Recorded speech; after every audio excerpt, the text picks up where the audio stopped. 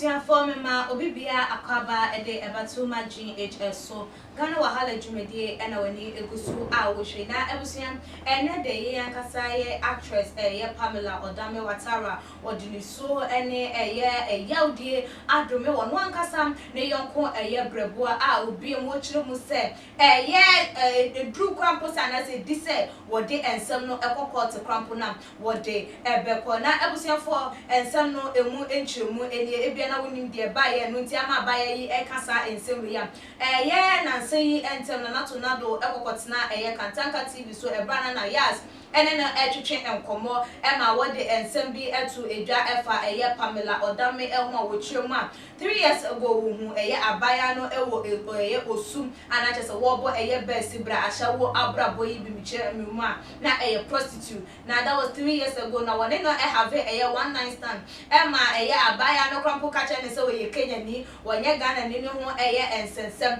ema chese afa obehu abaya no TV so a wo kantwi no nkwadba na afi no one na eno na chese ankoye yenua ba Pamela edem ema wo ba bontimpo bebe kase de tornado eka de efa no ho no entrom no krobia enye den enim na enam so wo no Pamela wo edin entino ena ama abrante no so ebese wo gina ne din a wo no eso emfa ense no se de be ya wo de ebe trending te magana fo enye den emfi no na eno na no wo se esusu se ne yonko na ya dodo na nim ne se na yas ni station na se biaya omugina ekasa ensa no anka wono krampo na yas na kwakoye ne yonko brebo no enka mra tornado ekekasa ensa no nka wosanko wono na engine mo no na nka ekasa adabi enuka se wokasa sa ensa we edifa obi eho anase se sempo enya na danfo no krampo na se say obi image obi reputation krampo dem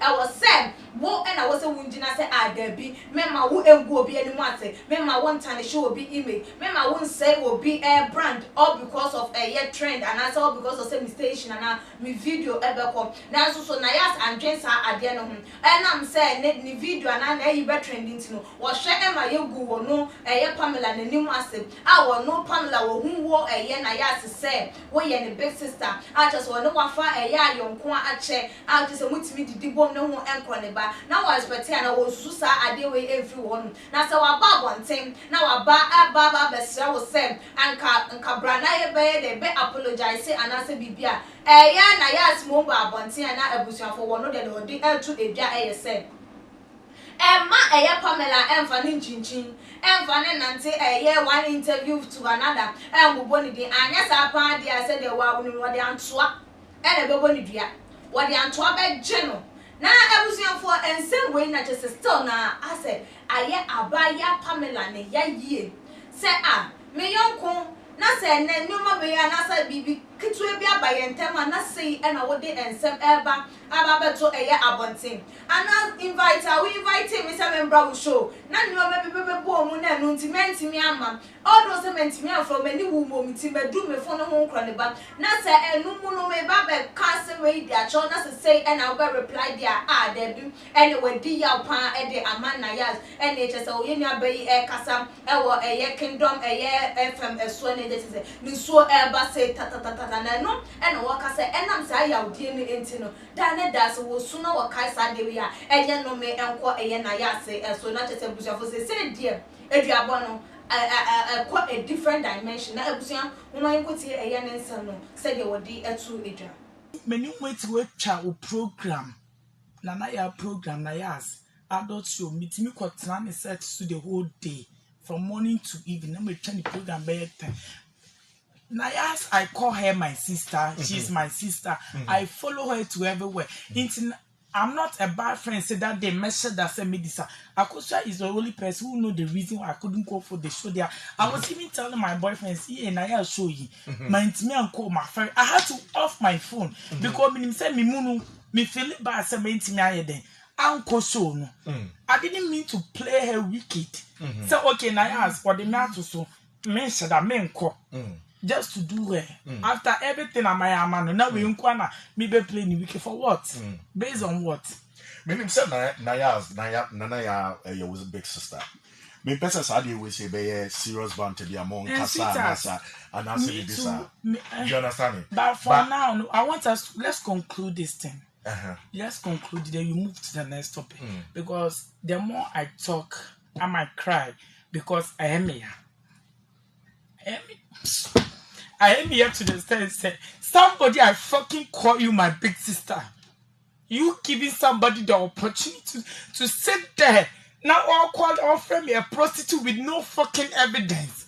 Telling you he had a one-night stand with me with no fucking evidence. Now I'm a nippon. No, brother. If let me voice out my pain.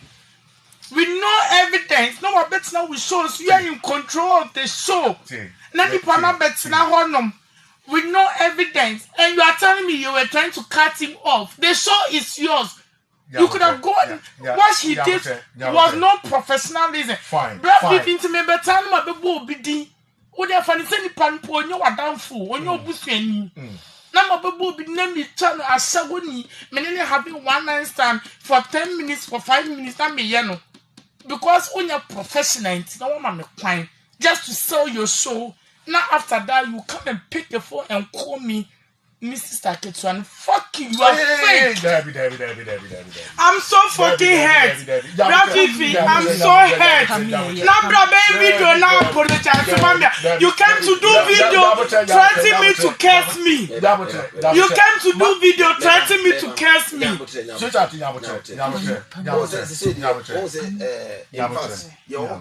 Unim, let me say this one thing. Every day I cry because I mean every day I cry. It turns it to be a curse to her. Me, my body jar with me, my body jar physical. Every day I can because when you hear so I'm imagining say TV sumpo na when you me. Na me chia say. Now before video 2 years ago, mommy wo fufu my birthday. She's fake. Nayas is fake. She's a fake human being. Nayas is fake. Nayas is fake. I need to tell her on the eyes say Nayas is fake. Nayas is fake. But me, you man.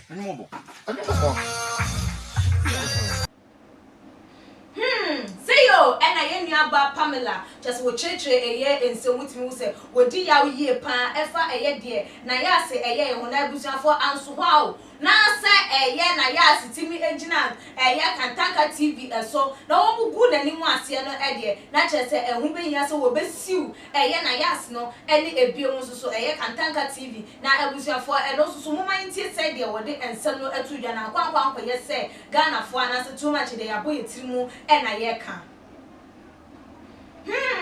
Say and a Pamela, and then some no at 2 a year, Jana, I was for say dear, and now for a dear chair at town for say, son a year corner. A year every year, one. They say you need a year I like Adam for. You will be at just a bit me a year genuine friend and now. Say an open one when we and a year and no more Monta Crasa, warm air to boom. I dear bet you not just on Monta Canadani. Now where they are by fufu, now where they are by tuntum, not just will be a party with. Hey! Now and next day say like say na center your fire now for and can na nam ya mamenu et me fa na fofi wo mo fra bremu wo benyina bombre wane nkokra still na wo ma yonko fa no eda so etim die etim a che se ebufu odo se ye dia nipa die wo de no ebe na me senator chema kwampo no wo mo ko na so ye dia entimi do to the extent say ye tarnish wo bi image to the extent say dia bro nyina nto so etimi ye de ebem na so na say youth ye die Onya ye ne de wona na eye yonko bibinya ba ya na ne duabo na enwa no wo montam eye atete eye say crampo no na fofa crampo no ebe koso ana say ayonko gro no ayonko fa no ye ntitim ana say ni kwa crampo se nipa wonam crampo wo hia wo bi se wo pew wontimi emfa no se wonua e ma ne ye biem ana ebusuafo say de ensem yi ekoyi say de eye Pamela de ensem no ato edwan e won hia say we ode eye court eye asem na e won hia say bibia ni ane adane yeni e de eye enome e na ye de edome ye yonko asa de enonko ne the only option enonko ne the only quick solution na ye benya abreni abrebia anam se de ensem yi ekoi ne se de yenu abedi ne nchemu abetu edwei wonso wage nche efa ehun eyesen fabra e too much GH comment section so like your videos na share all the social media platforms wait me so following our IG page at too much GH _ that's the name you better share. Too much GH. We did that say Japan. A break and Besame TV. Me share too much GH chat. The move for. Hey, almost sports and as entertainment. Hey, the move for. Munko so show mo. No anybody GDBia. Madam, I love you. Me did the Isaac Ojampo. But me family the great tempo. Bring. One man come on here too much GH. Too much GH. More too much. Na me so me I'm more fire. Too much GH. We are boy what? Shout out to your fans and everybody who is watching Too Much GH.